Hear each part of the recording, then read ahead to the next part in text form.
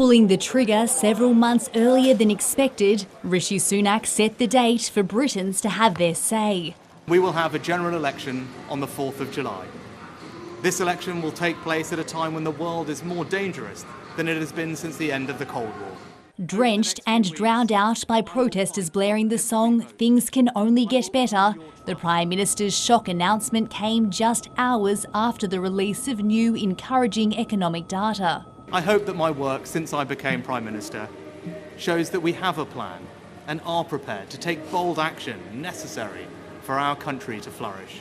The UK's Conservative Party has been in power for 14 years. Friends, thank you. But it's lagging far behind Labor in the opinion polls, and the opposition says it's time for change. Together, we can stop the chaos, we can turn the page, we can start to rebuild Britain and change our country. The election will be fought over issues of security, migration and the cost of living. Nothing seems to be changing. If anything, just seems to be getting worse all the time. It took years to get in this mess. It'll take years to get out. Yeah.